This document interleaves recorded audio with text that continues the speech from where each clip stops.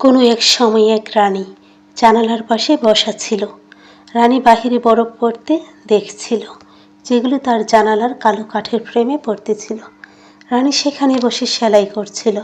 হঠাৎ সূচের ডগা লেগে তার হাত কেটে যায়, আর কিছু রক্তের ফোঁটা বরফের উপর পড়ে। রানী তখন ভাবতে থাকে, যদি আমার একটা মেয়ে থাকতো যে দেখতে বরফের মতো সাদা হতো, তার ঠোঁট রক্তের মতো লাল হতো, মাথার চুল এই আবলুস কাঠের মতো কালো হতো। কিছুদিনের মধ্যেই রানীর মনের ইচ্ছা পূরণ হলো। তার একটি সুন্দর ফুটফুটি কন্যা সন্তান হলো। মেয়ের সৌন্দর্য দেখে রানী তার নাম রাখলেন বরফ কন্যা। কিন্তু বরফ কন্যার জন্মের কয়েক বছর পর রানী অসুস্থ হয়ে মারা যায়। রানী মারা যাওয়ার কিছুদিনের মধ্যেই রাজা আবার বিয়ে করলেন। নতুন রানী দেখতে খুবই সুন্দরী ছিলেন।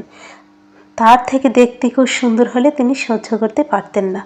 নতুন রানীর ঘরের দেয়ালে একটি জাদুর আয়না লাগানো ছিল। এই আয়নাটাকে রানী রোজ জিজ্ঞেস করত, পৃথিবীর সব থেকে সুন্দরী রানী কে? আয়না উত্তর দিত, আপনি রানী। বছরের পর বছর চলে যেতে থাকলো, আর বরফকন্যা আরও সুন্দর হতে থাকলো। তারপর একদিন রানী আবার আয়নার সামনে গিয়ে দাঁড়ালো এবং আয়নাকে জিজ্ঞেস করলো, বলো তো আয়না, পৃথিবীর সব থেকে সুন্দরী রানী কে? আয়না উত্তর দিল, রানী আপনি সব থেকে সুন্দরী, কিন্তু বরফকন্যা আপনার থেকেও বেশি ফর্সা। রানী আয়নার কথা শুনে হিংসায় জ্বলতে শুরু করলো। তারপর রানী সিদ্ধান্ত নিল তার সৎ মেয়েকে সে মেরে ফেলবে। রানী একজন শিকারীকে ডেকে আনলো। রানী শিকারীকে আদেশ দিল শিকারীর জন্য তার সৎ মেয়েকে গভীর জঙ্গলে নিয়ে মেরে ফেলে এবং প্রমাণস্বরূপ বরফকন্যার হৃৎপিণ্ড নিয়ে আসে। শিকারী জঙ্গলে ঘুরতে যাওয়ার কথা বলে বরফকন্যাকে সাথে করে জঙ্গলে নিয়ে যায়। শিকারী যেই বরফকন্যাকে মারতে যাবে, এমন সময় বরফকন্যার জন্য তার অনেক মায়া হয়। শিকারী বরফকন্যাকে মারতে পারে না।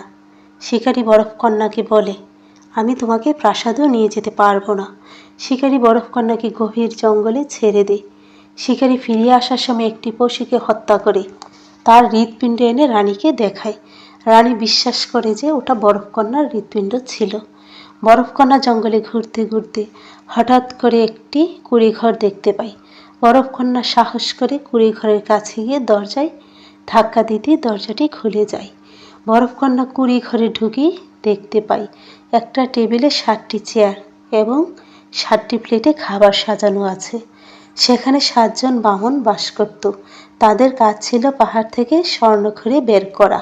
বরফকন্যা খুব ক্ষুধার্ত ছিল, তাই সে চেয়ারে বসলো এবং একটি প্লেট থেকে খাবার খেলো এবং একটি গ্লাস থেকে পানি খেলো। তারপর সে অন্য একটি রুমে গেল এবং দেখতে পেল সেখানে ছোট ছোট 7টি বিছানা করা আছে। বরফকন্যা একটি বিছানায় শুয়ে পড়ে আর খুব তাড়াতাড়ি ঘুমিয়ে যায়। যখন রাত হয়ে যায়, আকাশে পূর্ণিমার চাঁদ ওঠে, তখন 7 বামন ঘরে ফিরে আসে। ঘরে এসে 7 বামন দেখতে পায় টেবিলে একটি প্লেটে খাবার নেই। তারা ভয় পেয়ে যায় যে কেউ একজন তাদের ঘরে এসেছিল। তারপর 7 বামন তাদের শোবার ঘরে যায়। তারা দেখে একটি সুন্দর ফুটফুটি মেয়ে তাদের শোবার ঘরে শুয়ে আছে।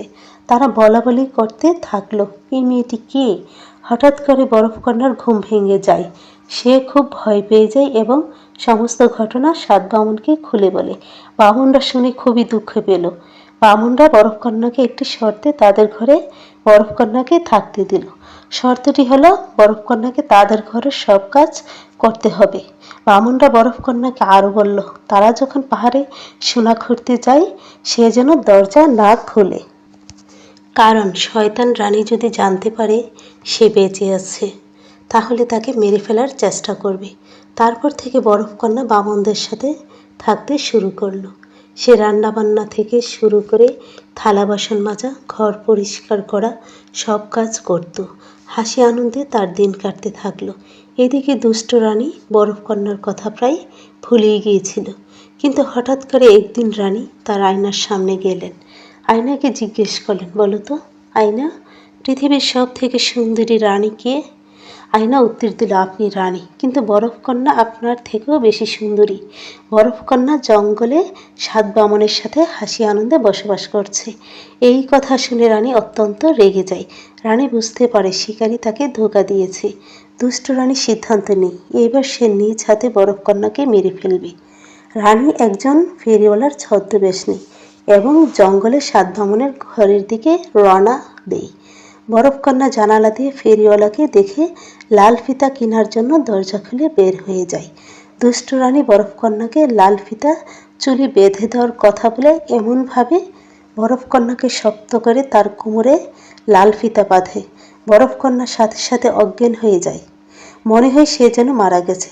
দুষ্ট রানী অট্ট হাসি হেসে দ্রুত তার প্রাসাদে চলে আসে।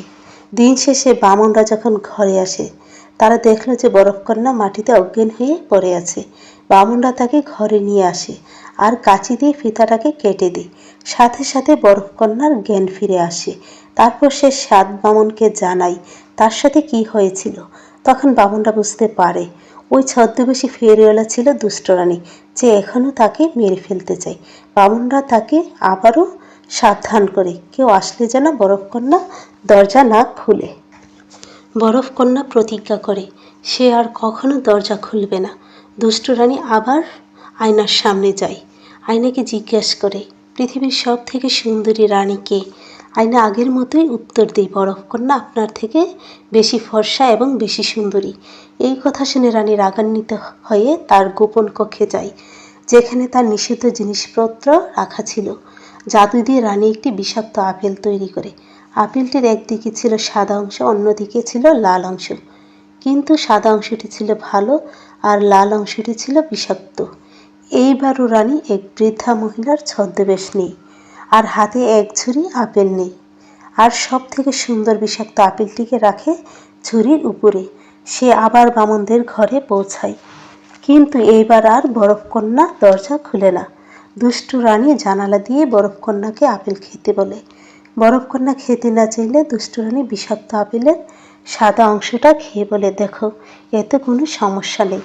বরফকন্যা আপেলটিকে হাতে নিয়ে এক কামড় মুখে দিতে সে মাটিতে লুটিয়ে পড়ে আর তার মৃত্যু হয়। যখন রাত হয়ে আসে তখন সাত বামন ঘরে ফিরে আসে।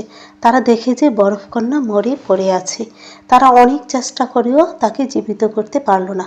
তখন সাত বামন তার পুনর্জন্মের জন্য একটি কাচের কফিন বানায় আর তারা তাকে প্রচুর ফুলের মধ্যে রাখে, যাতে তারা তাকে প্রতিদিন দেখতে পারে। একদিন এক রাজকুমার সেখানে আসে তার সৈনিকদের সাথে। কাচের কফিনটি দেখতে পেয়ে রাজকুমার ঘোড়া থেকে নেমে পড়ে। সে ভেতরের মেয়েটিকে দেখতে কৌতূহলী হয়। মনে হচ্ছে সে যেন এখনো শুয়ে আছে। তার গায়ের রং এখনো বরফের মতো উজ্জ্বল, তার ঠোঁট রক্তের মতো লাল আর তার চুল আবলুসের মতো কালো। তার সৌন্দর্য রাজকুমারকে স্বপ্নময় করে তোলে। রাজকুমার বামনদেরকে বলে, আপনারা কফিনটিকে আমার সাথে নিয়ে যেতে দিন, আমি আপনাদেরকে অনেক ধন সম্পদ দিব। সাত বামন রাজকুমারকে না করে দেয়, কিন্তু তারা যখন বুঝতে পারে রাজকুমার তাদের বরফকন্যাকে ভালোবেসে ফেলেছে, তখন তাদের মায়া হয়। তারা বরফকন্যার কফিনটি রাজকুমারকে দিয়ে দেয়। রাজকুমার তার লোকদেরকে বলে কফিনটি মহলে যেন সাবধানে নিয়ে যাওয়া হয়। যখন কফিনটিকে উঠানো হয় তখন একজন গাছের গুঁড়িতে হোঁচট খায় আর সেই ঝাঁকুনিতে বরফকন্যার মুখ থেকে বিষাক্ত আপেলটি বের হয়ে পড়ে যায়। সে তখনই উঠে পড়ে আর আশ্চর্য হয়ে চারদিকে তাকায়। রাজকুমার তখন তাকে সব কিছু খুলে বলে আর তাকে বিয়ে করার জন্য প্রস্তাব দেয়। বরফকন্যা ও রাজকুমারকে ভালোবেসে ফেলে। রাজকুমার ও বরফকন্যার বিয়েতে সেই দুষ্ট রানীও আমন্ত্রিত ছিল। দুষ্ট রানীর অপকর্মের জন্য সবাই তাকে অপমানিত করে। দুষ্ট রানীকে রাজা তার রাজ্য থেকে বের করে দেয়। শিক্ষা: হিংসা মানুষকে ধ্বংস করে দেয়।